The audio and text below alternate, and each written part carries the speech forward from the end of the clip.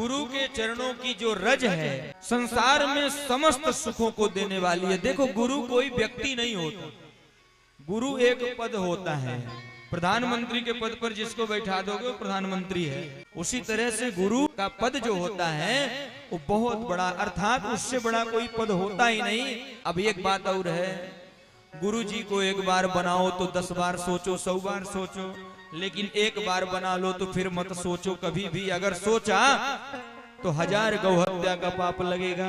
इसलिए कहने का अर्थ गोस्वामी बाबा ने कहा कि गुरु महाराज के चरणों की जो नख की ज्योति है वो मणियों के प्रकाश के समान है। बंदहु गुरु पद पदुम परागा सुरुचि सुबास सरस अनुराग।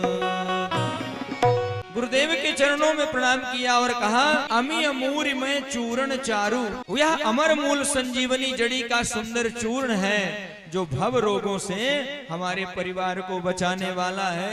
समन सकल भव रुज परिवारु, सुकृति संभूतन विमल विभूति, सुकृति संभूतन विमल विभूति, मंजुल मंगल मोद प्रसूति, मंजुल मंगल मोद प्रसूति, जन मन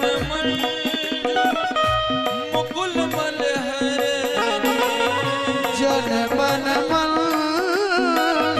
मुकुल मन हरनी, किए तिलक गुण गण बस कर, किए तिलक गुण गण बस कर, श्री गुरु पद नख मणिगण ज्योति, श्री गुरु पद मणिगण ज्योति, हाँ सुमिरत देव दृष्टि होती, सुमिरत दीप दृष्टि होती।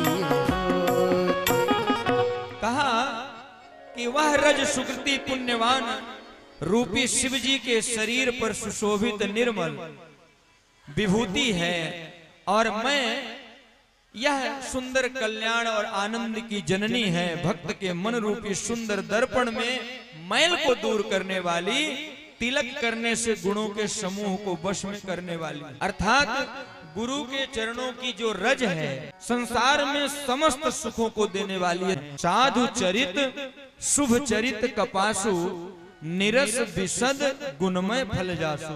संतों का चरित्र कपास के समान होता है। कपास जानते हो आप, जिससे कपड़े बनते हैं, वस्त्र बनते हैं। ये जिनका फल नीरस है, विशद है और गुणमय होता है। संत के चरित्र में भी विषय की आसक्ति नहीं होती। तितिक्षवः कारुणिका सुहृदः सर्वदेहिनां, अजात शत्रवः शान्तः साधवः साधुभूषण, जो सही दुख पर छिद्र दुरावा, बंदनीय जेहि जग जस पावा। ये संत जो होते हैं ये दूसरे के जो अवगुण है उसको ढक देते हैं। कपास क्या करती है? कपास जब कपड़ा बन जाता है वो कपड़ा दूसरों के सम्मान को बचाता है, दूसरे के अवगुणों को ढकता है। कपड़ा ना हो तो हमारे अवगुण दिख जाएंगे। उसी तरह से संत जो हैं दूसरे के अवगुणों को ढकते हैं, इसलिए कपास से संतों की तुलना की।